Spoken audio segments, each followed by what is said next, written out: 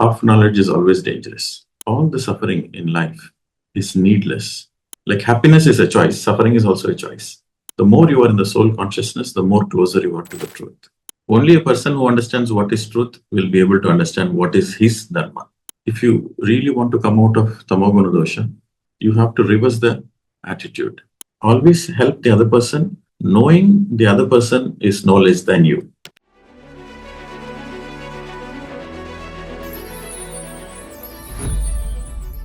If you have any questions based on whatever we discussed so far, or you have any fine tuning, do you need any fine tuning of your understanding of certain concept, you please type in the chat box the particular question.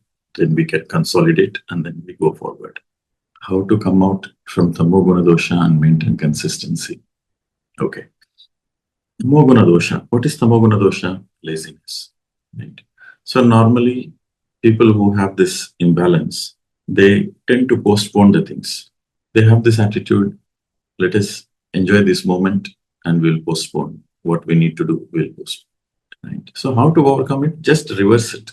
So you have to tell yourself, if you really want to come out of Tamoguna Dosha, you have to reverse the attitude.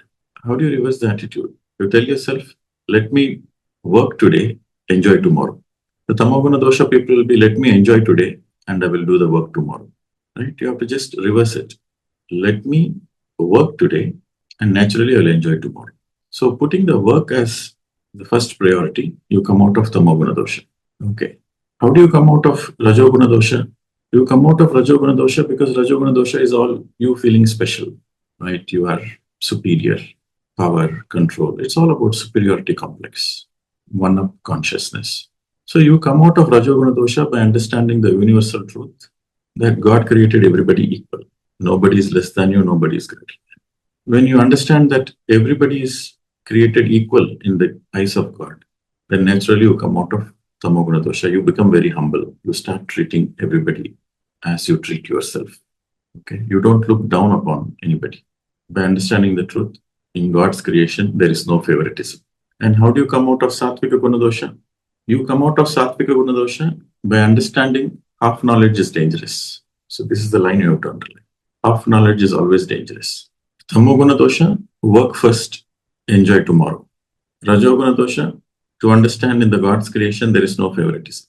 And to come out of Satvika Guna Dosha, you have to understand half knowledge is dangerous. When you pity others based on your limited understanding of life. You have a savior complex, that is again a limited understanding of knowledge. Somebody is suffering, you want to heal them, you want to do their homework, you want to interfere in their lessons. That's all half knowledge. So half knowledge is dangerous to you. So if you want to come out of Satvika Guna Dosha, you have to understand that if you interfere in others' affairs, their karma will come to your account because you have interfered, and because of your interference, their lessons are postponed. Because their lessons are postponed and you have interfered in their karma, and that karma comes to you. So it is dangerous for you. So the moment you understand it is dangerous for you, naturally, you don't want to be in that imbalance. Okay, I think this is clear. And the other question is how to be in soul consciousness. There is no how. You should ask why. Why should be in the soul consciousness? If you want to come out of all the suffering, then you should be in the soul consciousness. If you enjoy suffering just because you used to suffer the whole life, you got used to it, you want to continue suffering, then you be in the mind consciousness. But if you want to come out of suffering, you want liberation, you want moksha, then naturally you will be in soul consciousness. So the question is, why? Why should I be in soul consciousness? I should be in soul consciousness so that I don't suffer in life. I don't want suffering. And when it comes to suffering, you have to underline all the suffering in life is needless. Challenges are inevitable, but suffering is a choice. Like happiness is a choice, suffering is also a choice. Challenges are inevitable. Pain is inevitable. Everybody goes through pain. You cannot avoid it. Pain is inevitable. Challenges are inevitable, but suffering is a choice. Happiness is also a choice. When you understand the truth, you are no more in suffering. When you don't understand the truth, by default, you are in suffering. This is the greatest discovery of Gautama Buddha. He wanted to understand why there is suffering on the planet. So he went on to research for 5.5 years. So after the 5.5 years research, one day finally, when he dropped his very desire to know the answers, that moment he dropped the mind. He became very peaceful. He sat under the Bodhi tree, the people tree. First time he sat so peaceful, so calm, because he let go of the desire. He let go of the desire to know the truth. He let go of the desire to get enlightened. So when he let go, that means he has surrendered completely. He has surrendered. So in that state of surrenderedness, he realized that he is pure consciousness. His mind become naturally empty. In the deep state of surrender, his mind become empty. Then he could open his third eye. He could see all his past lives. He could see that what he did in one life and what is the consequence of the other life. He understood law of karma perfectly, practically. You see, Gautam Buddha was born in a Hindu family. He perfectly understands the law of karma, law of reincarnation, the Vedas. He heard of it. Theoretically, he knows, but practically, he wants to understand. So when he saw his own past lives of all the actions he has done and what is the consequences in the subsequent lifetime, so he understood the law of karma perfectly. Practically, he understood the law of karma, not theoretically. Then he realized the root cause of suffering. The root cause of suffering is avidya, lack of spiritual education. And how to come out of that avidya is he has given the Ashtanga mark, the eightfold path. Right views, right desires, right speech, right actions, right livelihood, right efforts, right concentration, right meditation. When you do the right things in life, then you come out of the avidya, then you come out of the greed, then you come out of the suffering. So this is the noble truth he has discovered. The first step is suffering is because of Krishna, which is greed. Krishna means greed. Suffering is because of greed. And that greed is because of avidya, lack of spiritual education. And to come out of that, he has given Ashtanga. Okay. So the first noble truth is there is suffering everywhere. That is the truth. There is suffering everywhere. So why there is suffering everywhere? Because of the greed, excessive desire. And why there is excessive desire? Because of the lack of spiritual education. So why you have to be in the soul consciousness? So that you come out of the ignorance, so that you come out of all the limited understanding of life. So the more you are in the soul consciousness, the more you are closer to the truth. That is the point you have to underline. The more you are in the soul consciousness, the more closer you are to the truth. If you see life only from the mind point of view, there is only greed. See, there are two kinds of education. Spiritual education makes you humble. The more you are spiritually educated, the more naturally you become humble. And then there is another kind of education which deals with the prapancha, materialism, physicality. So that education makes you egoistic. You have completed your bachelor's, you have completed your master's, you have completed your PhD, you have got these degrees, you have got that degrees, you have got titles. That makes you feel special. That gives you a certain egoistic attitude. I am this, I am that, I'm a manager, I'm a CEO, I've attained this.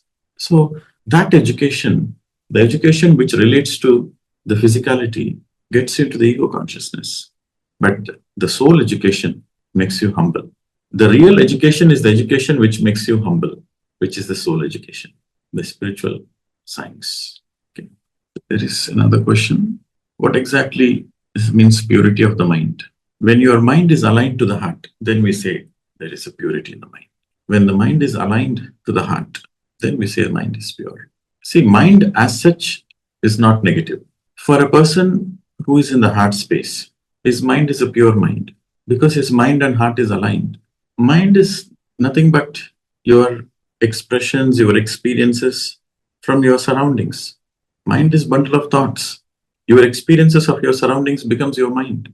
If you are exposed to certain experiences, that becomes your mind. But rather than depending on the outer experiences, you are guided by your inner voice. When you are guided by the inner voice and take actions accordingly, then we call it as a purity in the mind. Because it is not dependent on the external situations, it is dependent on your inner guidance. Of course, you use your mind to analyze, you use your mind to cross-check, you use your mind to do the reality check, you use your mind to see what is good, what is better, what is best for you. So all those things you use your mind. But the decision is based on what you feel in your heart. Right? So based on what you feel, you do a reality check and then take action. Then it is a purity in the mind. See, sometimes people understand as mind as a culprit. You should completely ignore. No, that is not right. Spirituality is all about having a balance. For example, you are intuitively guided by something. It is beyond logic. Right? Intuition is always beyond logic. So you're intuitively guided. So then you should use your mind to do a reality check. You should use your mind towards having scientific temper, having the reason. Do your research. Use your mind to do the research. Use your heart for intuition. Both are needed. You should always consult your heart first. And whatever is your guidance, then do the research using the mind. Mind should be used for research, for analysis, for comparison, for reality check. But who is the boss? Your mind should never be the boss. Your heart should be the boss. When I say heart, that what I mean is heart space, your soul space. That should be your boss. And sometimes there is a conflict between mind and heart. So when there is a conflict between mind and heart, go with the heart. As simple as that. Why to go with the heart? Because there are many things you don't understand. So better to go with the heart because your heart space never misguides you. Your hormones might misguide you, right? So you should have a clear understanding whether it is your hormones guiding you or whether it is your mind guiding you or whether it is your heart space guiding you. If it is a guidance from the heart space, you feel the inner strength, you feel the conviction. Any decision you take, and if that decision gives you a certain strength, so that is the quality of the guidance from the heart. Mind decisions are always hanky-panky. Okay. Hormones, all the teenagers go through the hormones. The infatuation, the crush, the attraction, they consider it as love. It's nothing but the hormones playing. It is not real love. Most of you would have crossed that stage. So you know what it means. Next question. How can we differentiate between pityness and compassion? Really? You cannot differentiate what is pityness and compassion, is it? It's very simple. Pity means you look down upon other person. You say, oh, poor person. Right? You feel pity.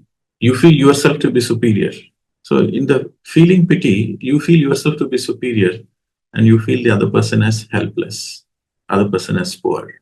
If I don't help, what will happen to him? Right? So that is pity. In the feeling of pity, you feel that a subtle injustice is there. You feel pity because some tragedy is there, some injustice is there. Then you feel pity. But when you understand in the God's creation, there is no injustice, there is no tragedy. In the God's creation, there is no injustice, there is no tragedy. The mark of your ignorance is the depth of your belief in injustice and tragedy. So you understand perfectly well there is no injustice and no tragedy. And you understand the other person is no less than you. Because you are also created by God, the other person is also created by God. Of course, he is going through some challenges, but of course, he is also equal to you. He is no less than you. He is equal to you. When you understand the other person is equal to you and still help the other person, that is compassion. But when you feel the other person is less than you and you are in a savior position to save him, that you are a great person, that you are saving him, that is pity. Never help anybody out of pity. Always help the other person, knowing the other person is no less than you. But right now, he needs some support. You are capable to do that help, and you are doing it with detachment. You are not expecting anything in return. You are doing it because you feel certain joy. By helping others, you feel certain joy. And you perfectly know that the other person is equal to you, no less than you. So then compassion naturally comes. That is compassion. Because you know that you are a child of God, you are a son of God, you are a child of God, and the other person is also a son of God, a child of God. With that feeling of equality, you help the other person. That is compassion. Okay. Good morning, Master. If everything is fair experience from the soul consciousness, no good or bad, then how do we understand Dharma from soul perspective? First, you have to understand what is the truth. So the question is, how do we understand Dharma from the soul perspective? A very good question. First, you have to understand what is truth. Only a person who understands what is truth will be able to understand what is his Dharma. Dharma means duty. What is your duty? So first, Dharma is like a child. Truth is like mother. Child is born out of mother. So the more you understand the truth, the more naturally you understand what to do, what not to do. What is your duty? That will be guided by your consciousness. Nobody will tell you this is your Dharma, do this. No astral master will come and tell you this is your Dharma. you will realize your Dharma. You should do this. This is my duty. I have to do this. Who will guide you? Your own consciousness will guide you. Every single person has consciousness. We all have consciousness. We all have an inner voice. So that inner voice will guide you what is your Dharma. And for that inner voice to guide you what is your Dharma, you have to be in the path of truth. Only a person who understands truth will be capable to understand Dharma and execute Dharma. Okay. So that's why meditation becomes compulsory, a very important tool. The more you meditate, the more you go inwards, the more you are connected to the soul consciousness, the more you are connected to the truth. And naturally, you understand what is that. Okay. So next, Raji. I'm a beginner, sir. Today was able to sit for longer than 3 days while in meditation. I tend to naturally bend and go and touch the wrong pose. So that's okay. While you're sitting in meditation, your body moves, your body takes, sometimes your neck is down, sometimes your body is bending. So that is fine. Whenever you realize it, then you come back to the comfortable posture. Okay, don't be worried about your body naturally taking another shape while in meditation.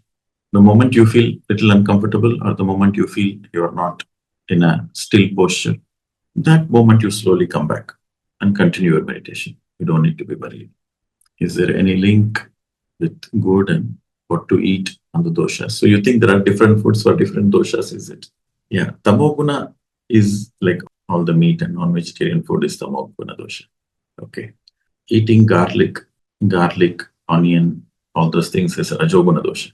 If you are married, if you are in samsara, eating onions is fine. But if you are a brahmachari, if you are in intense sadhana, then better to avoid onions. Garlic is strictly no, because garlic is Rajoguna. Rajo and Tamo, garlic is created by dark force. So when you eat garlic, you feel your emotions becomes negative. There's a lot of fear factor. Okay. So garlic is strictly a no.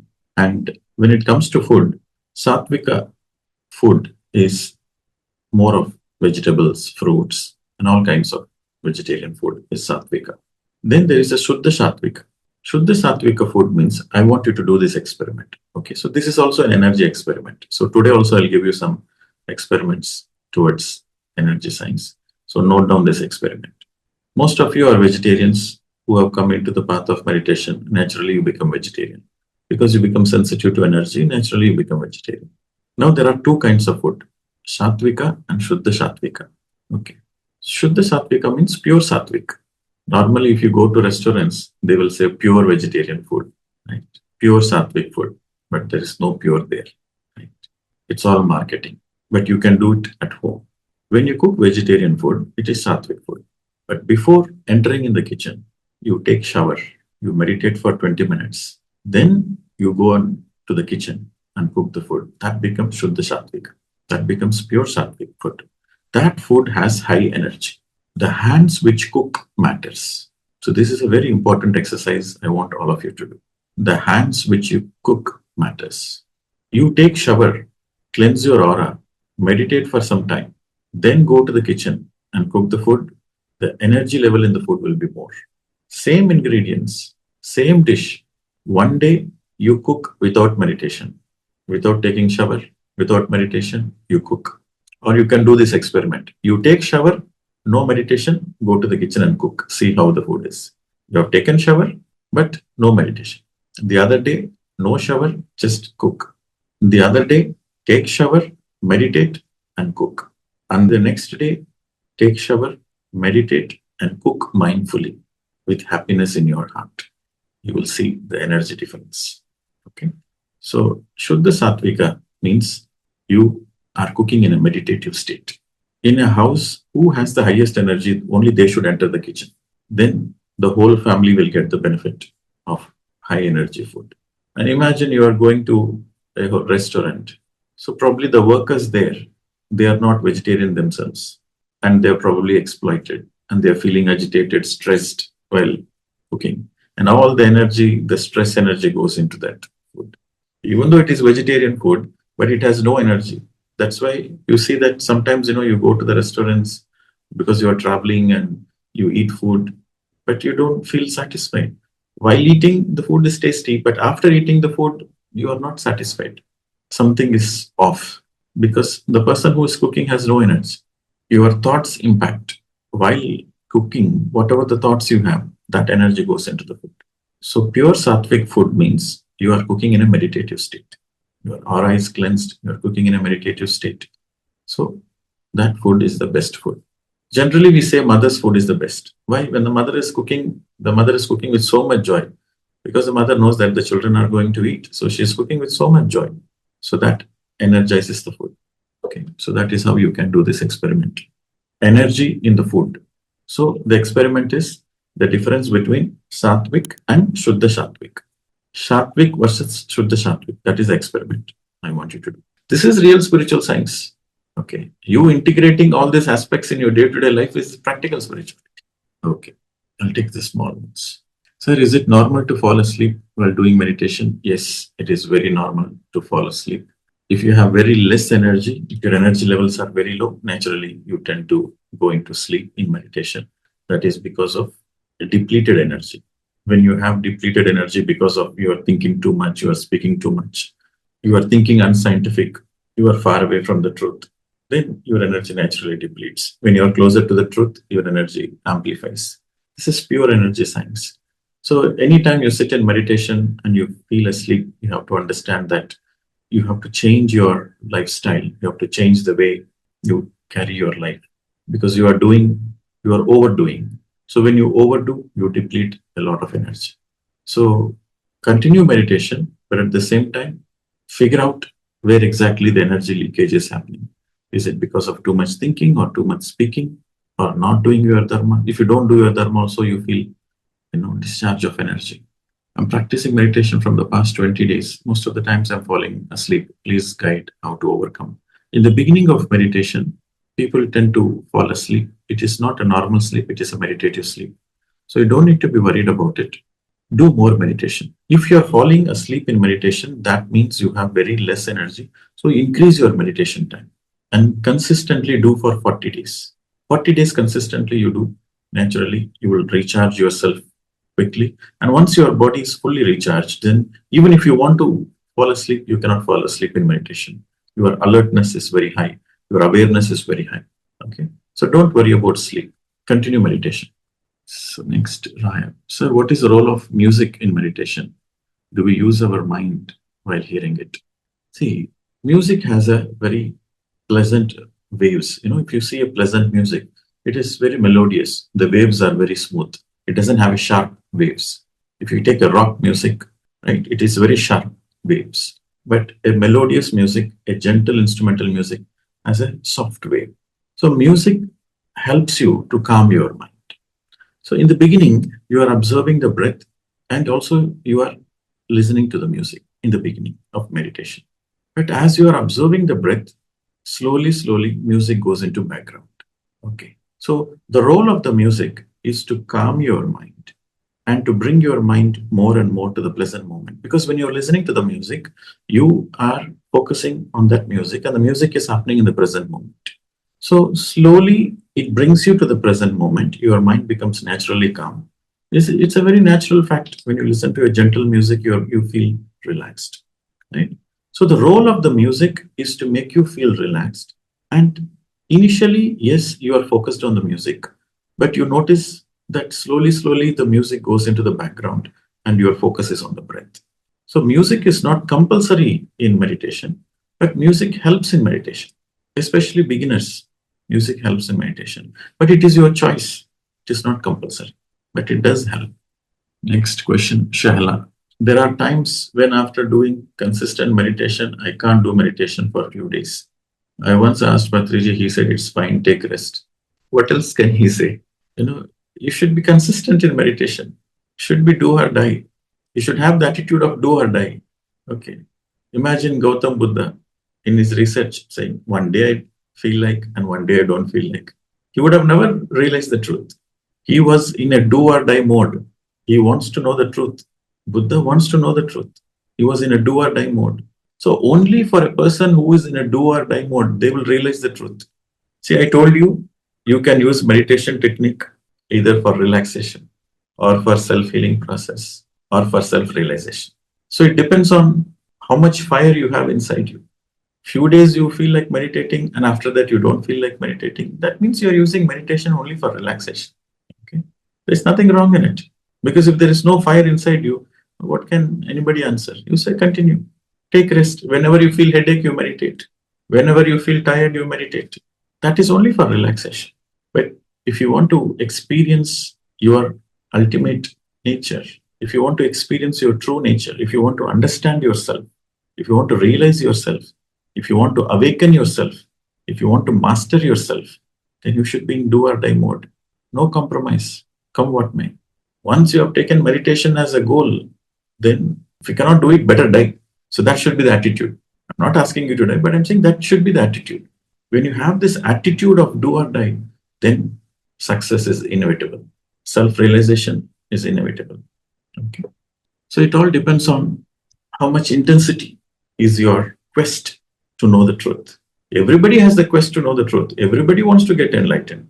Everybody wants to know the truth. Everybody wants to get enlightened. But how deep your quest, that matters. If your quest is very deep, then no compromise. You have to meditate every single day. See, this meditation journey is such that only until you cross the critical point, you need everyday consistent do or die attitude. But once you reach that once the break even happens, once you become a realized person, after that life becomes meditative. You don't need to sit for meditation, life becomes meditative. Okay. So in my own case, for almost 2.5 years, I did very intense meditation. Then I realized the truth. So once I realized the truth, then it is playfulness. Until I realized the truth, it was a serious business. But once I realized the truth, it is playfulness. Okay. So until you reach that critical point of where you have realized yourself, where you have realized the ultimate truth, where your consciousness is shifted. So when I say the critical point, that means your consciousness is shifted. So until you reach that point where your consciousness is shifted, you have to be very serious. You have to be very sincere. But once you have reached a particular state of consciousness where you understand, practically you understand, life is a Maya. Life is full of fun. Life is all about experiences. Life is all about experiences. Life is all about enjoyment. Life is all about celebration. There is no injustice whatsoever. There is no tragedy whatsoever. So once you reach a certain level where your consciousness practically understands these things, then the Leela begins, the playfulness begins. Then one day you meditate, one day you don't meditate, it doesn't matter because your consciousness is always to the optimum level. Okay. So then you will meditate once in a while to recharge yourself. That's all. So it is very important until you reach that level of consciousness, you have to be very serious. No compromise. Okay. Sometimes when I'm into deep meditation, I don't feel my breath itself. Is it normal? Yes, it's also normal. In the beginning stages of meditation, the thoughts also exist. You are aware of the thoughts and you are aware of the breath. Both, that is the beginning stages. You're closing your eyes, you're observing the breath, you notice the thoughts, again, you come back to the breath. So you notice the thoughts, you notice the breath. That is the first stage. In the second stage, the thoughts are reduced, lesser and lesser thoughts, and you are more focused on the breath. That is the second stage.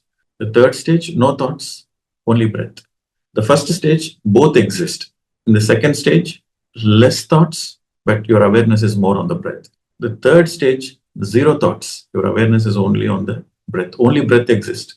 Thoughts don't exist. That is the third stage. In the fourth stage, the thoughts also don't exist. The breath also don't exist. That is the fourth stage. So we call this state as a meditative state, right? Nirmal sthiti. You can call it a samadhi state also. No thoughts, no breath. You cannot feel your breath. You cannot feel your thought. There's only pure witness. There is only pure witness. There is only pure awareness. Where everything is there, but nothing is also there. You experience the nothingness and you experience the completeness. No thoughts, no breath. Only the pure presence. Your own presence, your own awareness. Only that exists. So that we call a deep meditative state, a samadhi sthiti. It is very natural. So these are different stages in meditation. See, the one thing I would like to tell all the beginners is you just focus on the breath. Whatever happens, anything happens, is perfectly natural. Okay. So you have to go through the Science of Meditation book, which is sent in the group. Okay, so the next question. Our Dharma says giving alms to the beggars on certain days at certain Murari reduces karma. Isn't it out of pity? How to take decisions on it? Yes, you should never do any donation out of pity. Never do any donation out of pity. Who asked you to? Which Dharma asked you to do out of pity? You help others knowing that they are your brothers and sisters. Out of brotherhood, you can help. Out of sisterhood, you can help. Knowing that you have come from the same source. Knowing that you're all the same children of God. Your father is the same. Your spiritual father is the same. Knowing that, having that brotherly feeling, soul brotherhood, soul sisterhood, you help others. That is fine, but not out of pity. Okay. Next question. Does meditation reduce our karma? Is it true? Yes, of course. Meditation reduces your karmic baggage. I would say meditation reduces your karmic baggage. How is it possible? Scientifically. Very simple. The more you meditate, the more your awareness level increases. Once your awareness level increases, you will not repeat the same mistake. So the chain, the karmic chain is broken. The karmic chain is broken because you are no more doing the same mistakes. So once you stop doing the mistakes, the chain is no more there. If you don't know it is a mistake, because you are not aware of it, you don't know it is a mistake. So unconsciously, you keep doing the same mistake. So you are stuck in the chain, karmic chain. Again and again, you will do the mistake. Again and again, you have to face the consequences. So once you come into the path of meditation, your alertness increases, your awareness increases, your energy increases, your ability to understand the truth increases. So meditation gives you three things. Number one, your energy increases. Number two, your awareness increases. Number three, your ability to understand the truth increases. So with this, you will not repeat the mistakes in life. So you are out of the karmic chain. And the more you are closer to the truth, more naturally you want to serve others. You want to help others. So when you do seva to others, all your karmic past karma's baggage accounts get settled. By learning the lesson, half the karma is wiped off. By doing seva, the rest of the half the karma is burnt. Only by meditation, the karma is not completely gone. Along with meditation, there should be seva, service. Your intent to help others, your intention to help others is also equally important. So the more you help others, the more you do good karmas, the more the residue of the bad karmas of your past will be neutralized. So karma has two aspects. One, you learn the lesson. The moment you learn the lesson, the karmic chain is broken. Number two, you do seva, you do service. Then the karmic residue is burnt. The baggage is gone. The accounts are settled. More and more you do service, more and more your karmic accounts are settled. Right? So meditation first, service second. Some people, they don't do meditation. They don't learn the lessons. They keep on doing service. That doesn't help. You do good karmas, you get punya, but your karma is not settled. So you have to do meditation, learn the lessons, understand the truth, be in the path of dharma, simultaneously do seva. Then your karmas are burnt. That becomes your final lifetime. Then you become a nirguni. Once you become a nirguni, then there is no karma for you. There is no karma for you whatsoever. Once you become a nirguni, as long as you are in some doshas, as long as you are stuck in some gunas, you always have karmas. But once you become a nirguni, then there is no karma for you. Why there is no karma for you? Because you are in complete alignment with the nature. You are in complete alignment with the divine. When you are in complete alignment with the divine, even if you want to do bad things, you cannot do bad things. Even if you want to do bad things, you cannot do bad things because you have got the Brahmajnana. You are in total alignment with the creation. You become a co-creator. So when your soul is in total alignment with the divine, there is no more karmas for you. Finish. That becomes the final lifetime. Your earth syllabus is finished. You don't need to come back to earth as a student. But you will come back as a teacher, not as a student, because your karma is finished. You can choose to come as a teacher, but your earth syllabus is finished as a student. Okay. Next is Nagesh Kumar. Good morning, sir. You have spoken about onion and garlic. What about mushroom and why we shouldn't eat it? See, mushroom is neither a plant nor an animal. It is a fungus. It is in between. It is a fungus. And mushroom feeds on the dead matter. It doesn't have chlorophyll. It doesn't take the light energy because it doesn't have chlorophyll. So I would say garlic is strictly a no because it is negative. It is negative energy. Mushroom is more of a choice. Better to avoid it because it doesn't have the light energy. It doesn't go through the photosynthesis. Better to avoid it. But garlic is strictly no. Right? Sometimes accidentally you eat 1 or 2 pieces of mushroom, nothing bad will happen. But better to avoid it. right? It is just a recommendation. Mushroom, not to eat mushroom is just a recommendation because it doesn't have the light energy. But garlic is strictly no. So I want all of you, especially the beginners of meditation, to do this garlic experiment. So what is the garlic experiment? Garlic has negative energy. Garlic is created by the dark force. The more you eat garlic, the more it increases the fear consciousness. And if you are a meat eater in the past and you become vegetarian, eating garlic again motivates you to eat meat later on, unconsciously. So how do you do this experiment? For 2 weeks, consciously don't eat garlic. Don't eat garlic at home. And even when you're eating outside, make sure it doesn't have garlic. And after 14 days, the 15th day, you deliberately eat garlic. And that day, you will see a lot of difference. You will see your emotions are not stable. You see there is a lot of fear. There is a lot of discomfort. Energetically, you are totally off. I want all of you to do this experiment. Only 2 weeks. 2 weeks, don't eat garlic. 14 days, don't eat garlic. 15th day, you deliberately eat garlic. You will come to know what garlic is. Right? So today, before we conclude, I'll just quickly give you a few more experiments. Please note down. So these experiments are very, very important, especially for beginners. Okay. So the first experiment today we have given about the Satvik food and Shuddha Satvik food, and also the garlic experiment, which again relates to the negative energy. How much negativity garlic has, that you will discover in this experiment.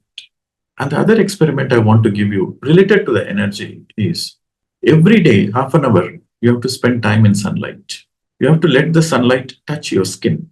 Sunlight gives you energy. The sun energy gives you energy. If you are feeling, sometimes people ask, sir, if I'm feeling very lazy, lethargic, what should I do? Immediately go into the sun, you feel energetic, right? Sun also gives you vitamin D. So spending 15 to 30 minutes time. So every day you consciously spend 15 to 30 minutes in sun, you feel more energetic. That is the energy. So when do you do these energies? Whenever you feel very lazy, whenever you feel lethargic, you feel little lazy or lethargic, that moment you go into the sun, you will feel instant energy boost. Okay. Harvesting energy from the sunlight is the other experiment I want you to do. Okay. And another experiment. Make sure every day you walk barefoot. See, the first day I spoke about harvesting energy from the breath, prana, air element, and then harvesting energy from the water element. Okay. And then harvesting energy from the food, and then harvesting energy from the sun, the fire element. Now I'll tell you how to harvest energy from the earth element. You have to walk barefoot. The more you walk barefoot on the grass, on the beach, on the rivers, on the river banks, on the beaches, or simply in the lawn, in the grass, your feet should touch the mud. It should touch the mud or grass or sand or water. It should connect to the earth element. Every day for 20 to 30 minutes, walk barefoot. If you are living in some cities where there is no much land available, go to a nearby park and walk barefoot. Okay. So earth has its own frequency. Earth frequency is a balanced frequency. It's a neutral frequency. So when you walk barefoot, you will notice that your emotions are totally getting into balance. Any moment you feel disturbed or agitated, walk barefoot, you will feel immediately calm. Your internal energy balances with the earth energy and the healing happens. So the experiment is you go through a natural emotional healing energy balance when you walk barefoot. When you walk barefoot, you will see increased energy. Your emotions comes into calm state. Your mind is no more agitated. Your mind is calm. Right? These are the experiments. It impacts your mind. Walking barefoot impacts your mind. It impacts your emotions. And also it impacts your physical health. Your digestion will be good. Okay. Your blood circulation will be good. Everything will be good. We have to learn from children. Children naturally like to play with mud. They feel so comfortable playing with the mud. Right? So you have to be a childlike. Unless you become a childlike, you cannot enter the kingdom of God. So you have to be childlike in every possible way. So this experiment, I want you to do. Walking barefoot and connecting with the nature element, earth element. Okay, friends, I hope you enjoyed the session and make sure you do the experiments. And tomorrow you share your experiment results. I know some of your questions are missed out. So tomorrow I'll take the final questions and ask meaningful questions, useful questions, so that it is helpful to everybody. Okay. Thank you very much. We'll see you tomorrow. Namaste.